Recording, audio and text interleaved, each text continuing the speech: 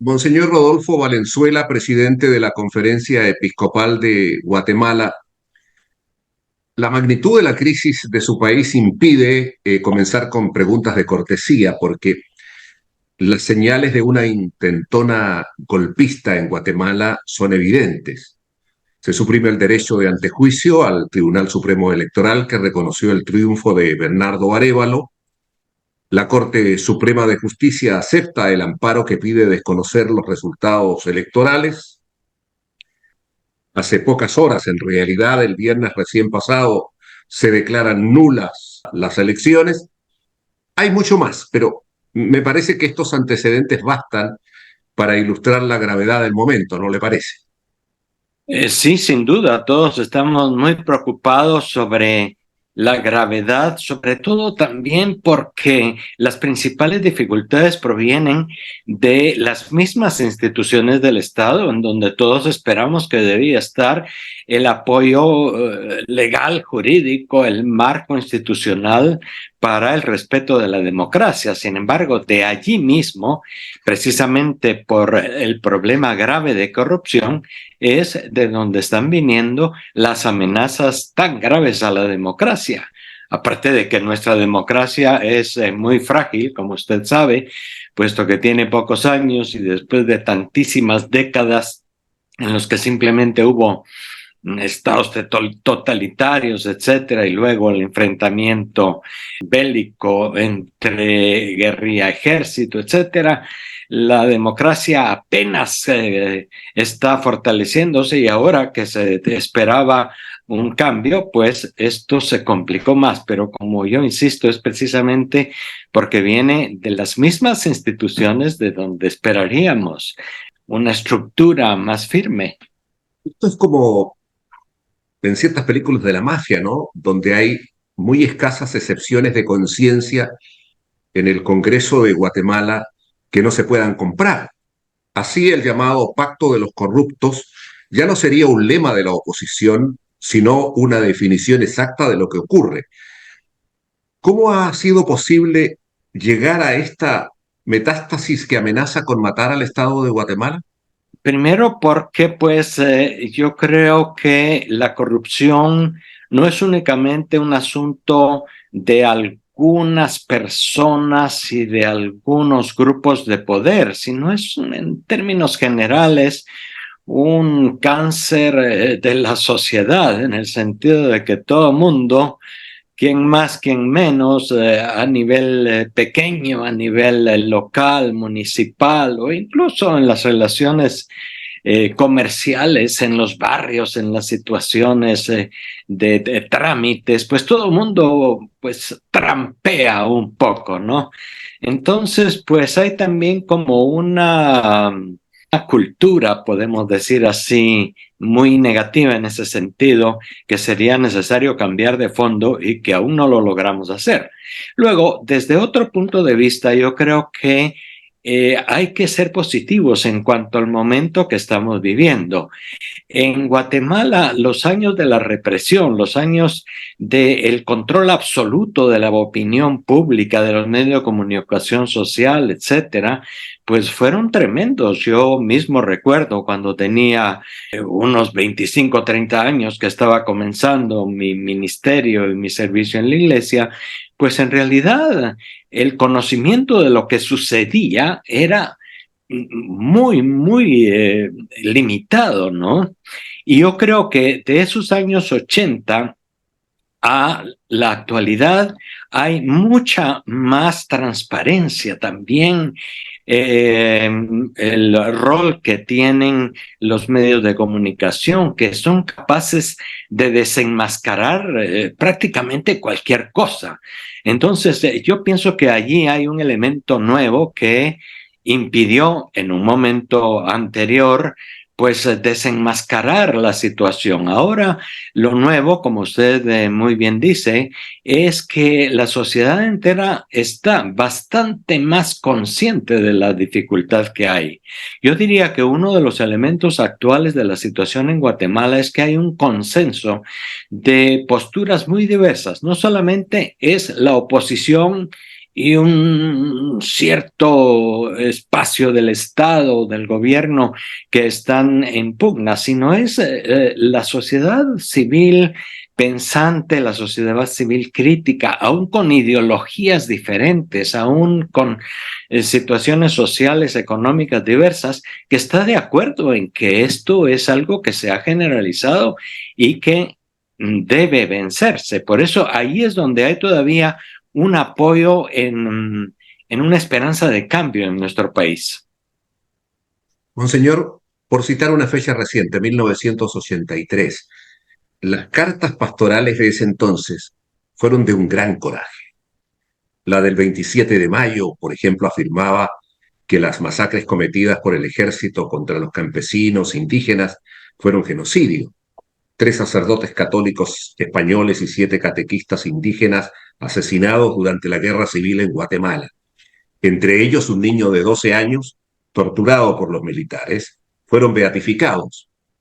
Esta herencia de dolor reclama una gran responsabilidad eclesiástica. ¿Cómo se lleva eso ahora en la Iglesia Católica de Guatemala?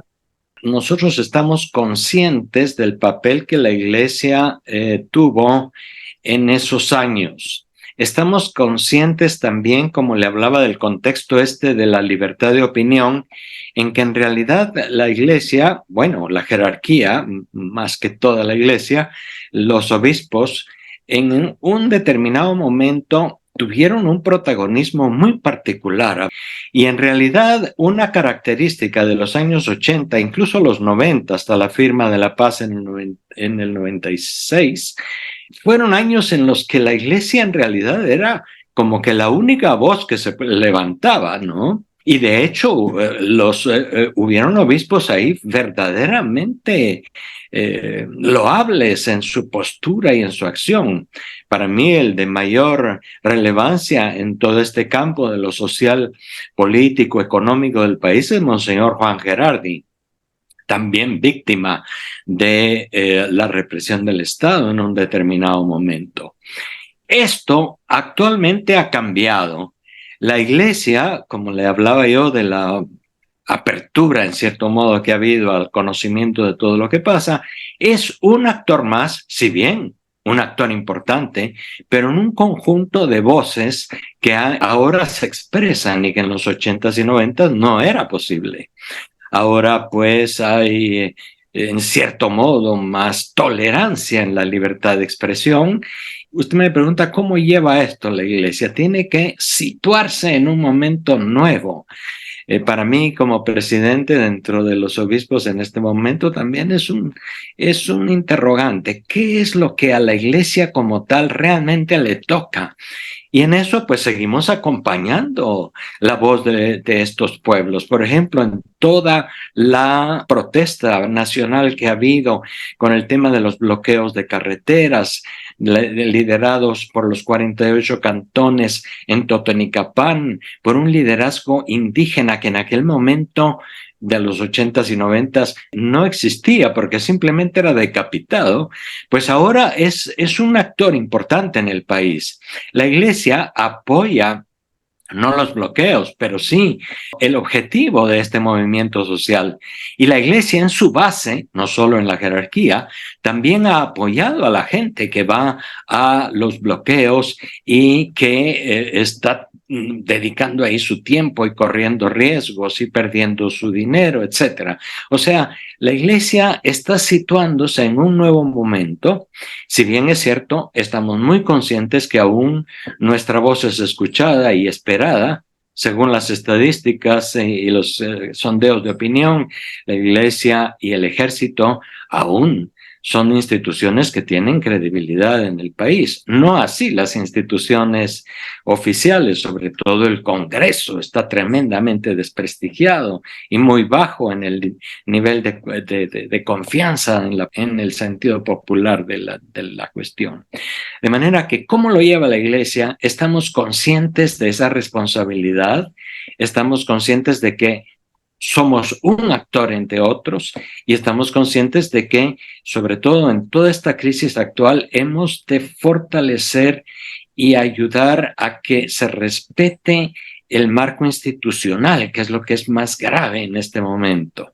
Monseñor Rodolfo Valenzuela, presidente de la Conferencia Episcopal de Guatemala, el pasado 9 de octubre, la conferencia que usted preside dijo que el Estado no ha servido al bien común y por eso los ciudadanos protestan y piden la destitución de quienes han atropellado el proceso electoral. El caso es que la situación no ha hecho más que empeorar. Monseñor, ¿y si la violencia, si el desdén por el valor de la vida, el desprecio por el otro, fueran las razones del espíritu totalitario que nunca se fue del país? Es cierto, sí, en la cultura guatemalteca hay también este mirar hacia el cacique, hacia el jefe. Hay una inseguridad interna en nuestra psicología social. Sabemos también que los pueblos originarios, los pueblos ancestrales de estos países también tienen un poco ese esquema del caciquismo, del líder que arregla las cosas. Es un obstáculo grande cuando hablamos de democracia y de cambio, cuando hablamos de participación. Es aún un fantasma que está presente en nuestra realidad. Y consideramos que eso hay que irlo superando. No es fácil para nada.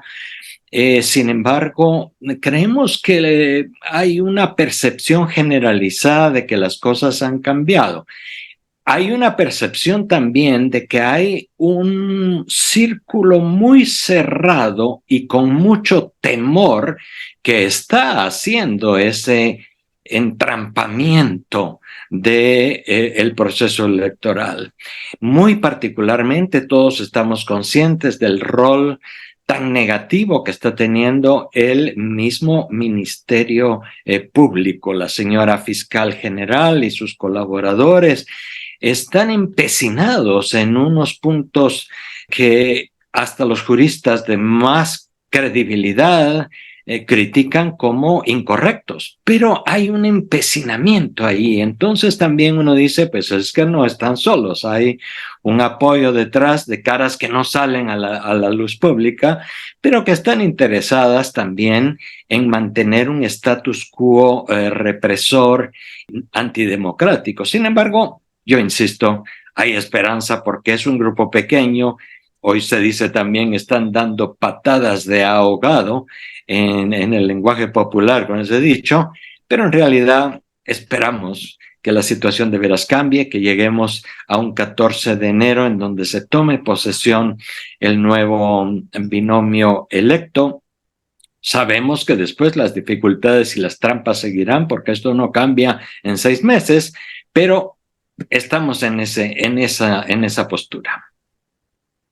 Insistamos, monseñor, en este aspecto central de la esperanza, porque usted sabe que en las recientes elecciones hubo una abstención del 41%, es decir, que casi la mitad de los ciudadanos guatemaltecos tenían una desconfianza del mecanismo democrático. ¿Me dice usted que de una u otra manera esa percepción ha ido cambiando en el transcurso de los días con las protestas encabezadas por los 48 cantones? Yo percibo que sí. Está habiendo un cambio, está realmente habiendo una postura diferente.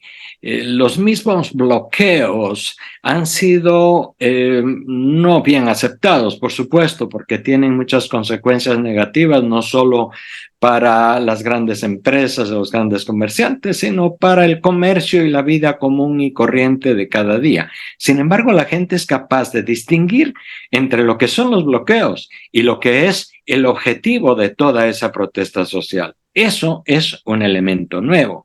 Y esa percepción se da no únicamente, digamos, en las clases bajas, en los pobres, en la mayoría del pueblo, se da también en el Comité de Instituciones Financieras y Comerciales, en el CACIF, se da también en partidos políticos de diverso cuño, se da entre las iglesias, excepto algunas iglesias evangélicas más de cuño muy tradicional y cerrado. Estaba pensando, y yo quiero creer sinceramente, de que nada impedirá que el 14 de enero asume el nuevo gobierno. Pero qué tremenda tarea le espera, ¿no? ¿Cierto? No hay duda que la corrupción enquistada en el Estado, en el Congreso de la República, etcétera, estará maquinando qué hacer. Por el momento han entrampado muchísimo la aprobación del nuevo presupuesto de la nación y han puesto un presupuesto que es claramente una trampa para que el nuevo gobierno no pueda cumplir con lo que quieren. O sea, pero yo insisto también en el tema, estamos más conscientes de lo que está pasando. Y tenemos ya la oportunidad de ir planificando, ir haciendo frente a los obstáculos que irán saliendo. El mismo presidente electo Arévalo ha dicho pues que están en plan de prepararse en cuanto a las dificultades, no son inconscientes de lo que significará una toma de posesión y una presidencia cuesta arriba. Y la mayor parte de la población está dispuesta a poner de su parte y en la iglesia también en esa línea está consciente de aportar desde lo que le toca en ese proceso. Bueno, señor, esta entrevista, y para concluir, se difunde a pocos días de la Navidad, una fecha señalada que invita a la reflexión, al recogimiento, a las ilusiones de otro destino, a la reunión de las familias. ¿Cuál es su mensaje para los guatemaltecos en particular y para los latinoamericanos en general en esta fecha? Guatemala es un país que aún tiene un sustrato religioso muy fuerte. Aún nuestra herencia de los pueblos originarios, aún muchas circunstancias son realmente un valor en nuestro país. A pesar de las dificultades, ese sustrato de ver hacia la trascendencia, pensar en Dios, mencionar a Dios, estas tradiciones familiares en todo, como la Navidad en particular, tienen peso. Y sin duda entonces el mensaje sería no descuidar, no dejarnos llevar por una Navidad que quiere ser simplemente un momento de consumo. Aumenta cada vez la comercialización de estas fiestas, ya no se habla de la Navidad, se habla de las fiestas.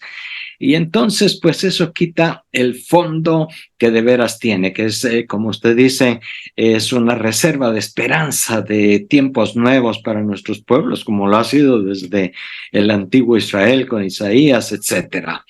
Y América Latina, en términos generales, bueno, hay países en los que la secularización ha avanzado, pero diría yo que sobre todo Centroamérica, el Caribe, México, el cono norte, los países bolivarianos, tienen mucho más aún, también por los pueblos originarios, este sentido de trascendencia, yo diría, mantengamos este sentido de familia, de fiesta, de ver más allá, de esperar siempre que es posible un cambio. En la despedida, así que fue usted un oyente de Radio Neder.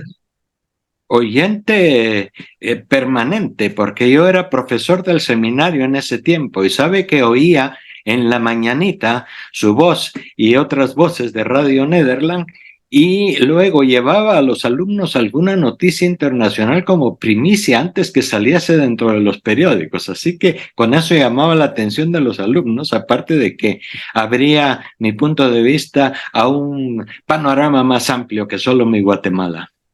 Señor, le mando un gran abrazo, le deseo una feliz Navidad y todas las esperanzas para el próximo año 2024, para usted y para los guatemaltecos. Igualmente, José, y gracias y saludos a todos hasta Nederland.